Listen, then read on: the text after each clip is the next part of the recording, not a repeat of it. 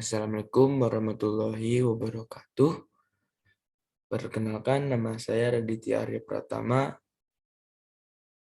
Di sini saya akan menjelaskan akuntansi kas, penempatan pada Bank Indonesia, clearing, dan pajak.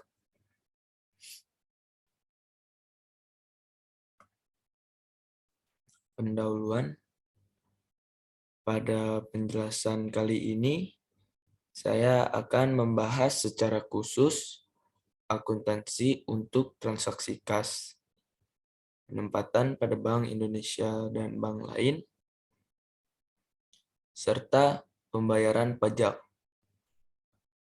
Pembahasan diawali dengan pengenalan transaksi yang berpengaruh pada kas dan dilanjutkan dengan akuntansi transaksi penempatan pada Bank Indonesia dan bank lain serta pembayaran pajak. Tujuan dari pembahasan materi ini untuk memiliki pemahaman dan praktik yang baik tentang akuntansi kas.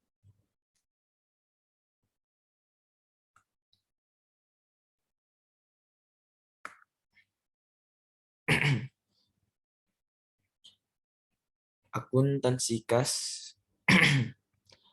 Kas adalah mata uang kertas dan logam baik dalam valuta rupiah maupun valuta asing yang masih berlaku sebagai alat pembayaran yang sah. Perubahan posisi saldo kas di bank dapat disebabkan oleh beberapa hal berikut. Yang pertama, penyetoran dan penarikan tunai oleh nasabah.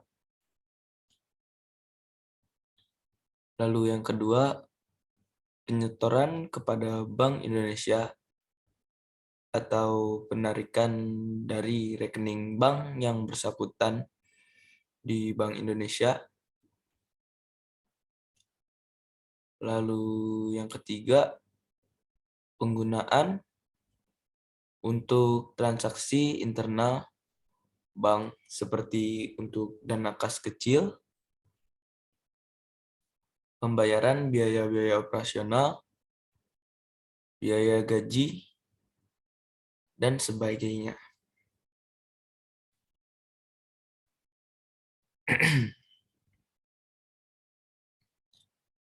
Menurut PAPSI 2013 menjelaskan bahwasannya kas adalah mata uang kertas dan logam baik rupiah maupun valuta asing yang masih berlaku sebagai alat pembayaran yang sah.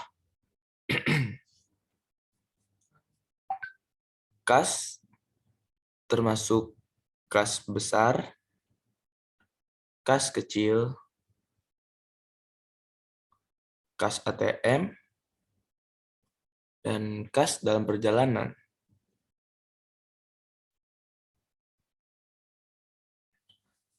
Akan tetapi, tidak termasuk emas batangan atau logam yang diterbitkan untuk memperingati peristiwa nasional atau commemorative coin, lalu mata uang emas, logam asing, dan kertas asing yang sudah tidak berlaku.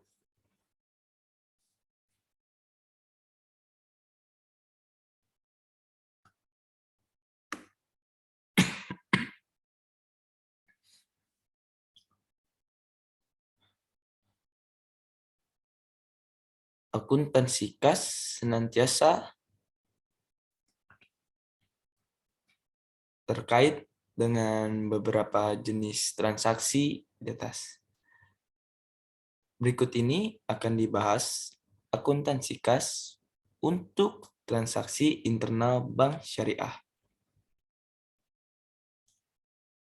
Transaksi penyetoran dan penarikan tunai oleh nasabah dapat dilihat secara detail di bab 6 tentang akuntansi penghimpunan dana.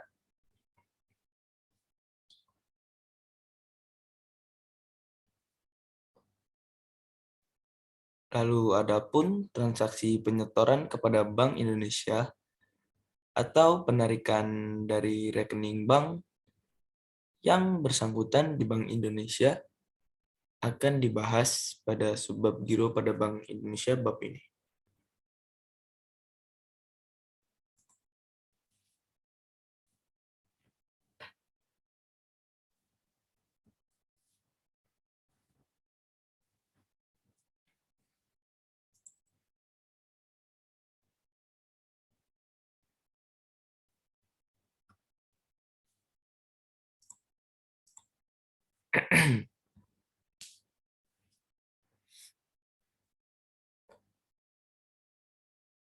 Transaksi internal bank syariah dapat dibedakan atas dua jenis, yaitu tanpa menggunakan kas kecil dan dengan menggunakan kas kecil.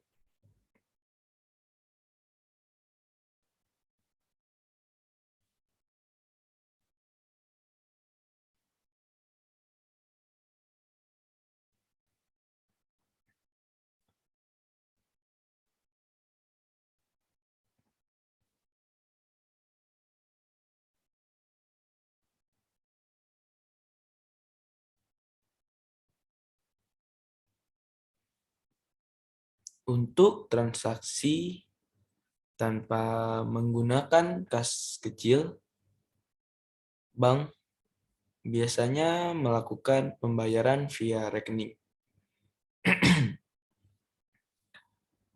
Adapun transaksi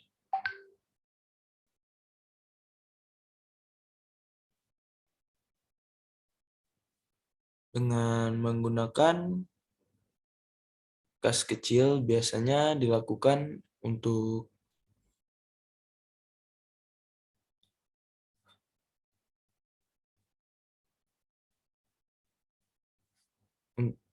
adapun transaksi dengan menggunakan kas kecil biasanya dilakukan untuk transaksi yang nilai rupiahnya relatif kecil. Antara lain untuk pembayaran konsumsi, biaya transport, biaya langganan koran atau majalah,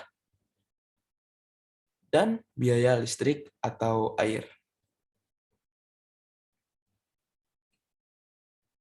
Akuntansi kas kecil pada bank dapat menggunakan sistem dana tetap atau impress fund system maupun sistem dana berfluktuatif atau fluctuating system.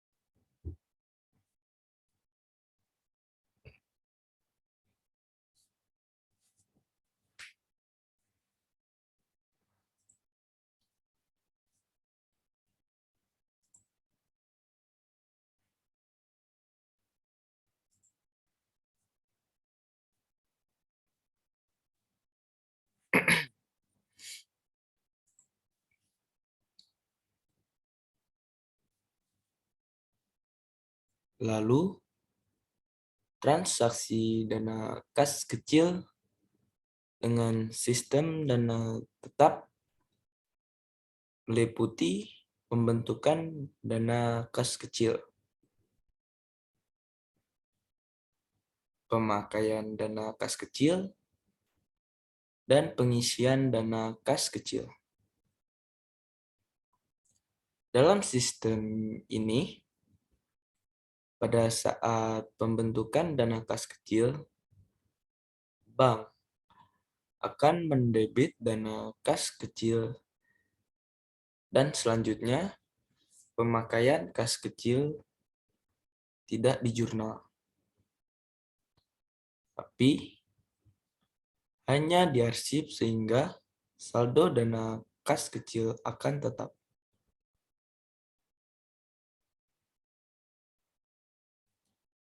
Yang berubah adalah komposisi kasnya karena komposisi kasnya terdiri atas uang tunai dan arsip yang bernilai untuk ditukarkan pada saat pengisian kembali.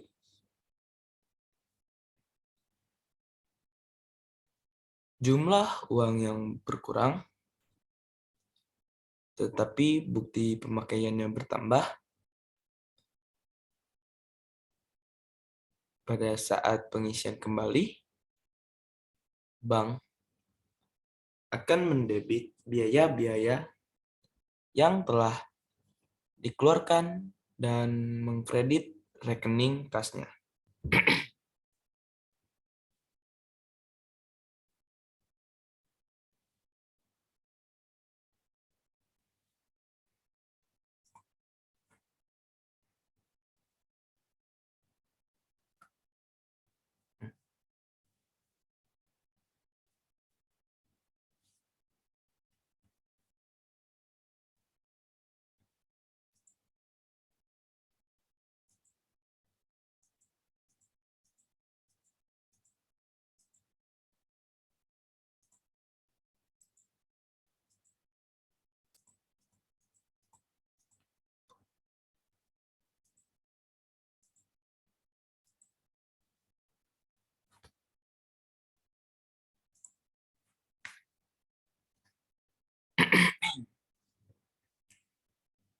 Akuntansi kas untuk penyetoran dan penarikan oleh nasabah melalui teller.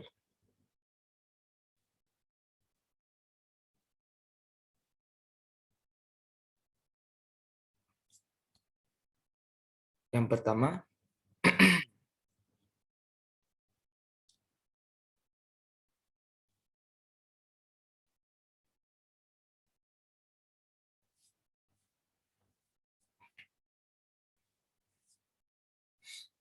transaksi setoran kas di cabang sendiri.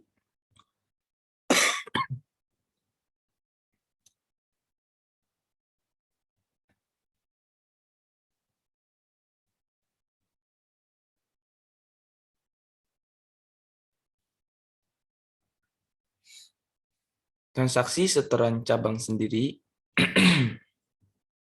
adalah transaksi di mana seorang nasabah memasukkan uang untuk rekening yang berasal dari kantor cabang tempat uang itu dimasukkan.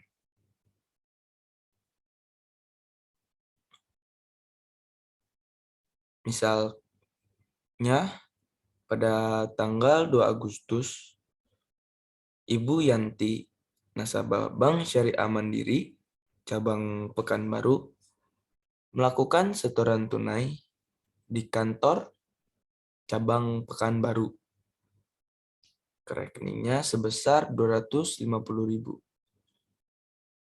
Jurnal di kantor cabang tempat transaksi cabang Pekanbaru.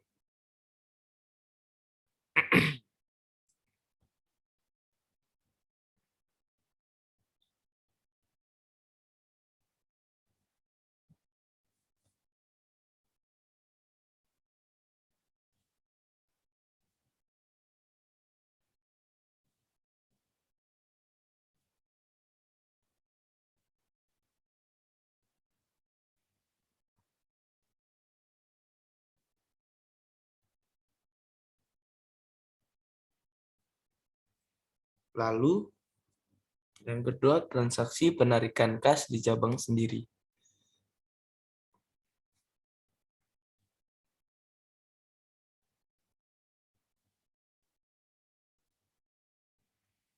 Transaksi penarikan di cabang sendiri adalah transaksi di mana seorang nasabah menarik uang dari rekening yang berasal dari kantor cabang tempat uang itu ditarik. Misalkan pada 4 Agustus, Ibu Yanti, nasabah Bank Syariah Mandiri, cabang Pekanbaru, melakukan penarikan tunai uangnya di kantor cabang Pekanbaru sebesar 100.000. Jurnal di kantor cabang tempat transaksi penarikan cabang Pekanbaru. Jurnalnya 4 Agustus, di debit rekening nasabah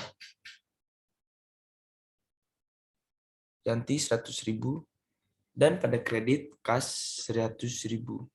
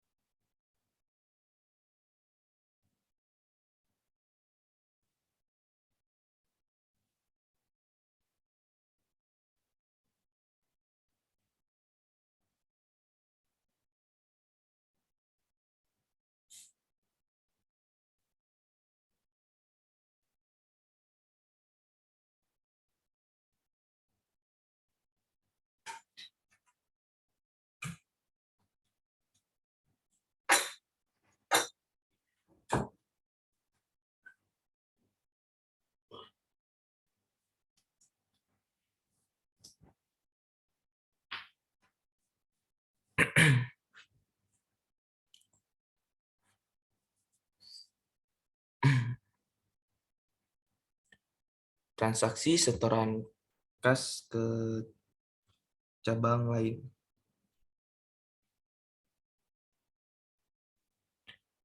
Transaksi setoran cabang lain adalah transaksi di mana seorang nasabah masukkan uang di suatu kantor cabang untuk rekening yang berasal dari kantor cabang lain pada bank yang sama.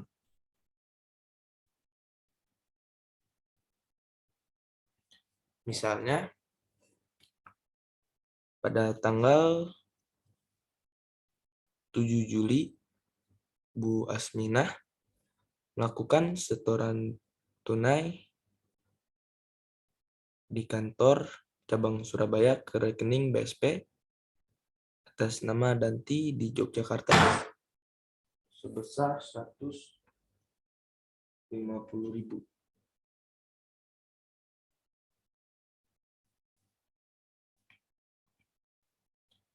Pada debit, kas pada debit 150.000, lalu pada kredit RAK cabang Yogyakarta sebesar 150.000. Lalu jurnal di kantor cabang pemilik rekening pada debit RAK cabang Surabaya 150.000 dan pada kredit rekening nasabah sebesar 150.000.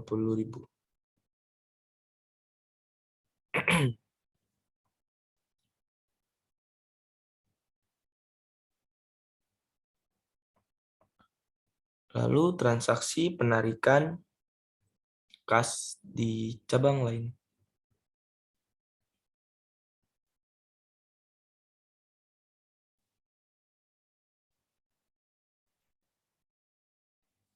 Transaksi penarikan di cabang lain adalah transaksi di mana seorang nasabah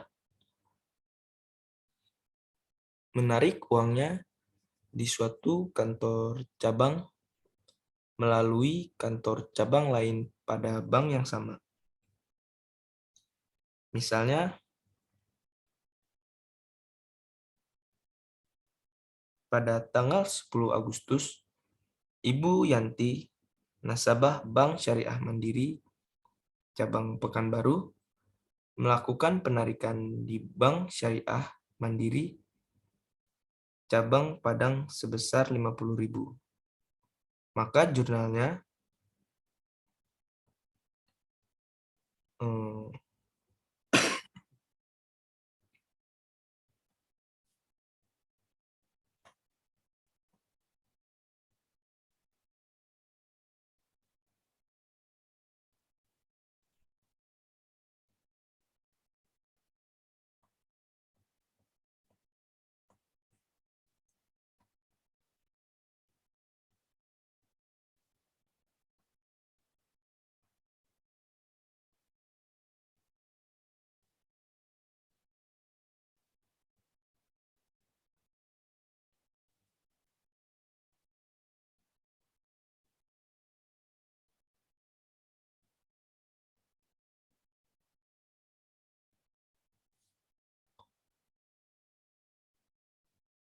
jurnal di kantor cabang tempat transaksi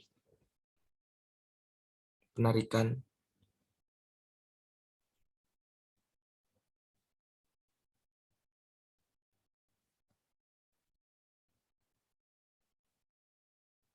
cabang Padang. Pada debit RAK cabang Pekanbaru sebesar 50.000 dan pada kredit kas sebesar 50.000.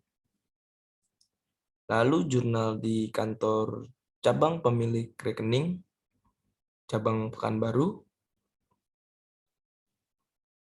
pada debit rekening nasabah atas nama Yanti sebesar 50.000 dan pada kredit RAK cabang Padang sebesar 50.000.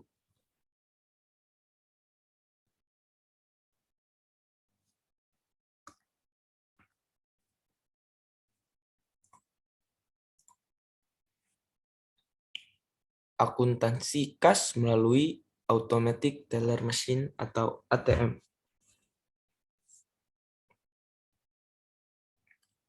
Transaksi kas melalui ATM meliputi yang pertama ada transaksi pengisian kas ATM, yang kedua penarikan oleh nasabah cabang pemilik ATM, dan yang ketiga penarikan oleh nasabah cabang lain.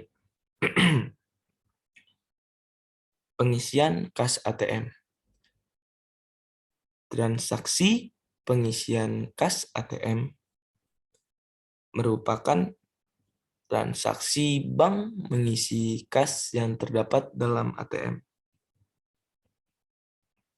Misalkan pada tanggal 12 Agustus, BSM cabang Jakarta melakukan pengisian ATM-nya sebesar 100 juta rupiah.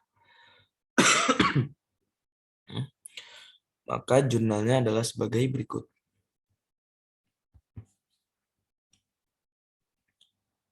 Pada debit kas ATM sebesar 100 juta rupiah dan pada kredit kas 100 juta rupiah.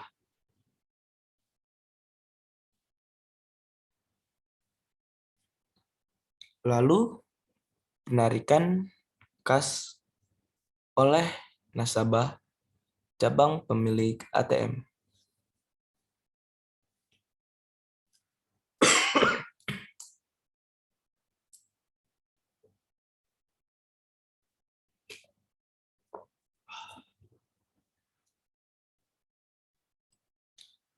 Transaksi penarikan oleh nasabah cabang pemilik kas ATM merupakan transaksi saat nasabah menarik dananya di bank melalui ATM. Misalkan pada tanggal 15 Agustus, Bapak Edi, nasabah Bank Syariah Mandiri, cabang Jakarta, menarik dananya melalui ATM BSM cabang Jakarta sebesar 500.000. Maka jurnalnya pada debit rekening nasabah atas nama Edi sebesar 500.000. Lalu pada kredit kas ATM sebesar 500.000.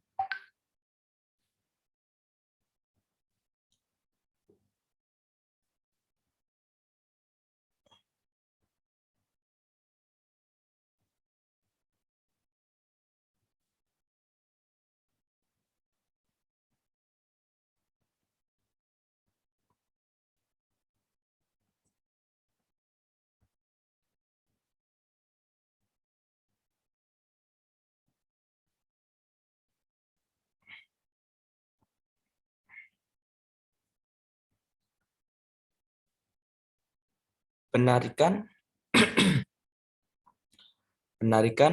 kas bukan oleh nasabah cabang pemilik ATM.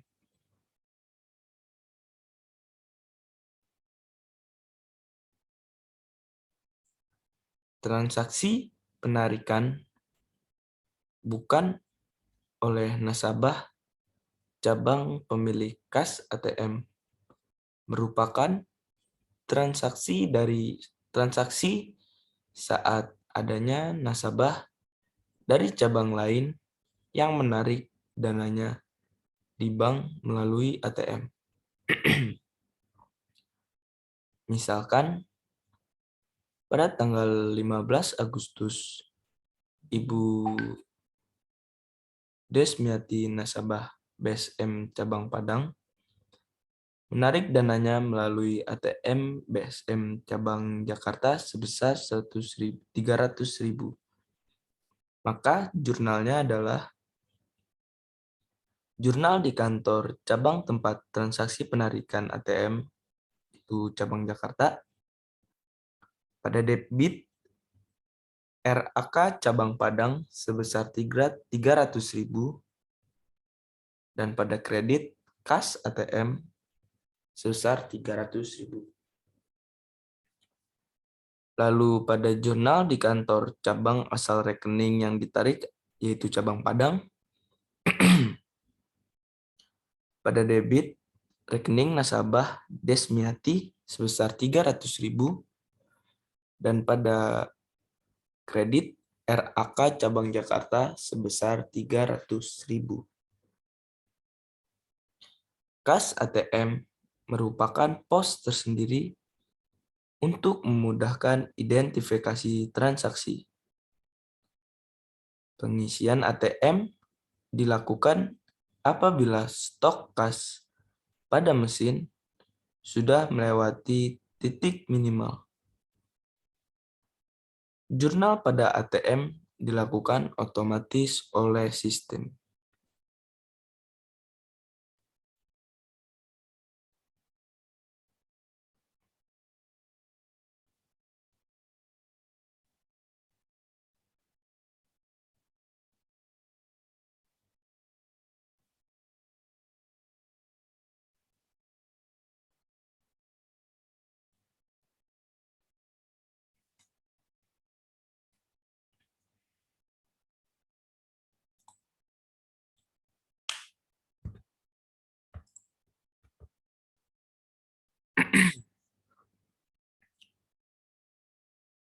Akuntansi penempatan pada Bank Indonesia dan clearing.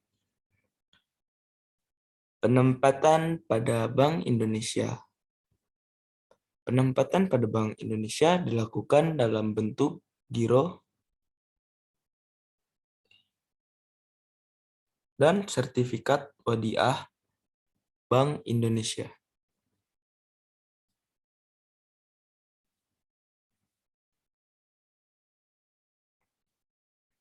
Giro Bank Indonesia merupakan rekening giro milik bank komersil dalam valuta asing maupun valuta rupiah di Bank Indonesia. Dengan giro, Bank Indonesia dapat membiayai transaksi antar cabang maupun antar bank melalui penyelesaian clearing. Mutasi giro Bank Indonesia makin sering dilakukan bila transaksi antar bank atau antar cabang makin banyak.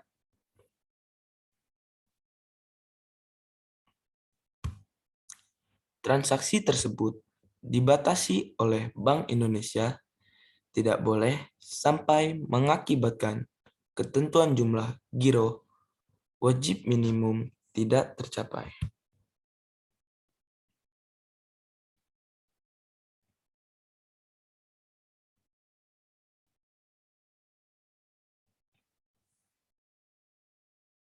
Contoh dari transaksi penempatan pada Bank Indonesia. Pada tanggal 1 Agustus, Bank Murni Syariah Cabang Padang menyetor tunai untuk giro di Bank Indonesia sebesar 1 miliar. Lalu pada tanggal 10 Agustus,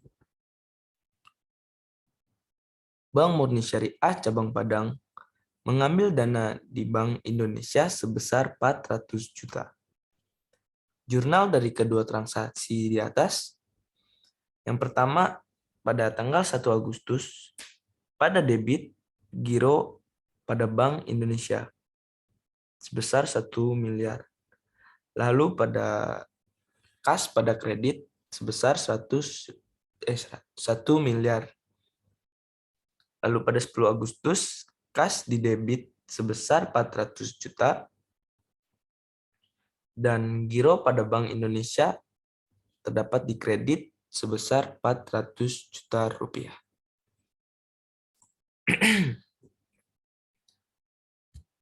Bentuk lain penempatan dana bank syariah. pada Bank Indonesia adalah dalam bentuk sertifikat Bank Indonesia atau SBI. Syariah yang merupakan instrumen pengganti atas sertifikat Wadiah Bank Indonesia atau biasa disebut SWBI.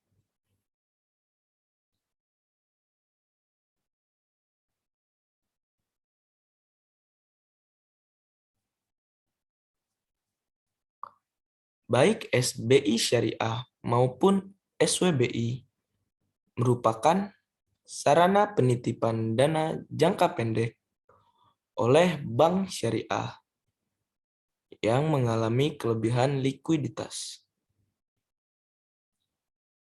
SBI Syariah menggunakan skema jualan dalam kebijakan return saat ini.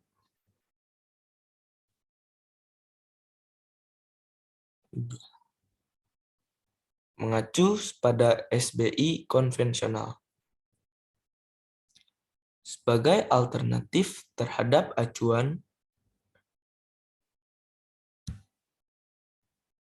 pada SBI konvensional. Beberapa pakar ekonomi Islam di Indonesia cenderung mengusulkan kebijakan return yang mengacu pada rata-rata return seluruh bank syariah yang ada di Indonesia. Dengan demikian, perkembangan bank syariah akan tetap seiring dengan perkembangan ekonomi real masyarakat dan konsisten dengan prinsip the existence of underlying transaction pada setiap keuntungan yang diperoleh.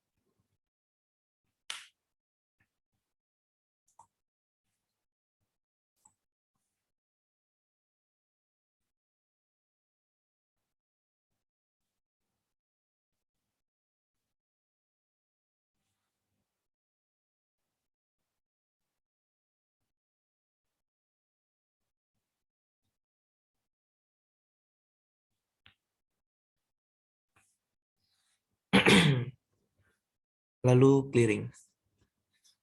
Clearing merupakan sarana atau cara perhitungan utang piutang dalam bentuk surat berharga atau surat dagang dari suatu bank peserta yang diselenggarakan oleh Bank Indonesia atau pihak lain yang ditunjuk.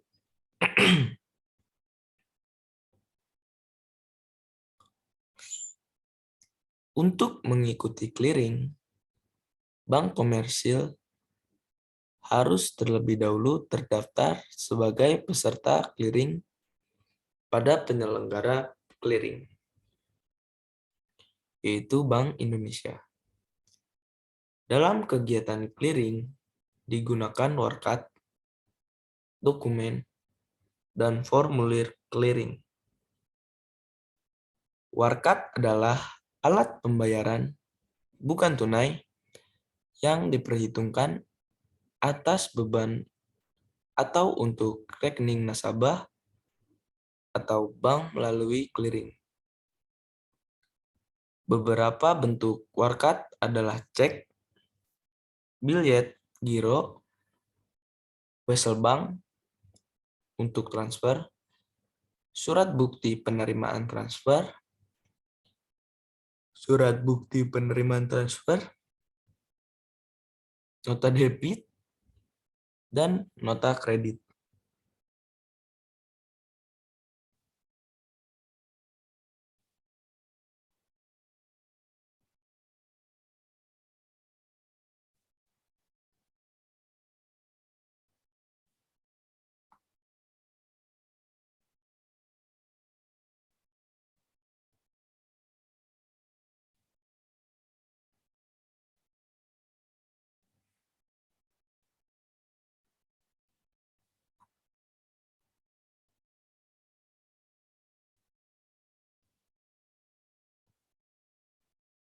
Dokumen clearing yang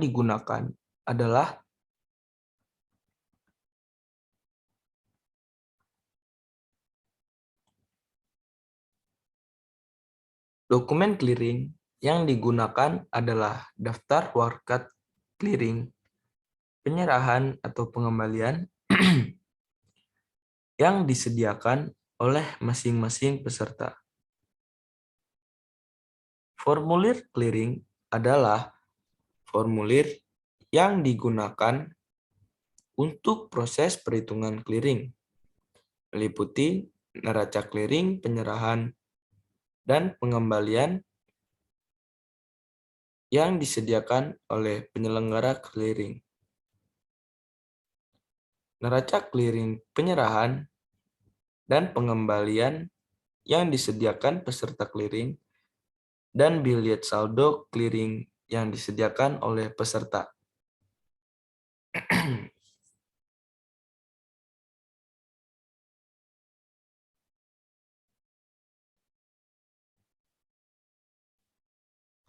Berikut disajikan ilustrasi penarikan dan penyetoran clearing. Tanggal 15 Juli, Bank Murni Syariah menerima tagihan dari Bank Peduli Syariah sebesar 200 juta rupiah untuk beban Bapak Rahmat. Lalu pada tanggal 6 Juli, Bank Murni Syariah menyerahkan warikat clearing ke Bank Indonesia, dan pada tanggal itu juga clearing dinyatakan berhasil sebesar 300 juta rupiah untuk keuntungan rekening giro Bapak Syamsul. Adapun jurnal di atas, pada 5 Juli, giro Ahmad pada debit 200 juta rupiah dan giro pada Bank Indonesia dikredit sebesar 200 juta rupiah.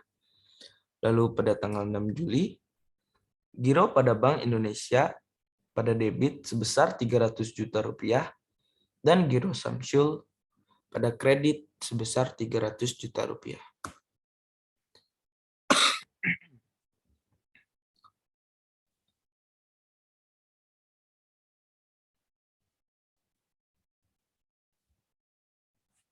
Akuntansi pajak.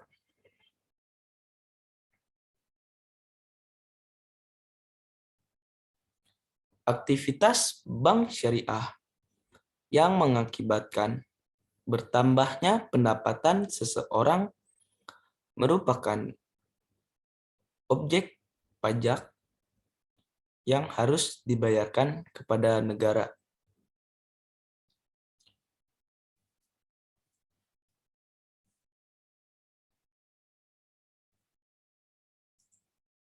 Berikut adalah beberapa jenis objek pajak yang terkait dengan aktivitas bank syariah beserta tarif pajak yang dikenakan.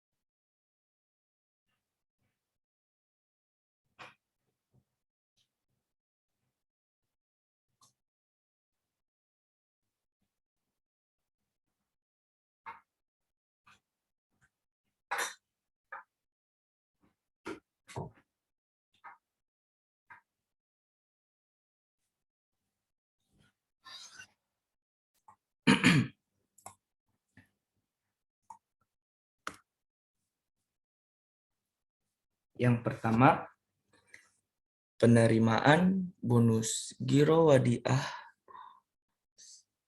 oleh nasabah giro wadiah dikenakan pajak PPh pasal 4, 2 giro sebesar 20% dari bonus yang diterima nasabah. Lalu yang kedua, penerimaan bagi hasil oleh nasabah giro mudharabah, tabungan mudharabah, dan deposito mudharabah dikenakan pajak PPh pasal 4 ayat 2. Ketiganya dikenakan pajak sebesar 20% dari bagi hasil atau bonus yang diterima. Penghasilan yang diterima pegawai bank syariah dikenakan PPh 21 perorangan dikenakan pajak 10%, itu yang ketiga. Lalu yang keempat, penghasilan bank syariah yang kena pajak dikenakan PPh 21 badan. Lalu yang kelima, dividen yang dibayar bank syariah kepada pemegang saham dikenakan PPh pasal 4 ayat 2 tentang dividen.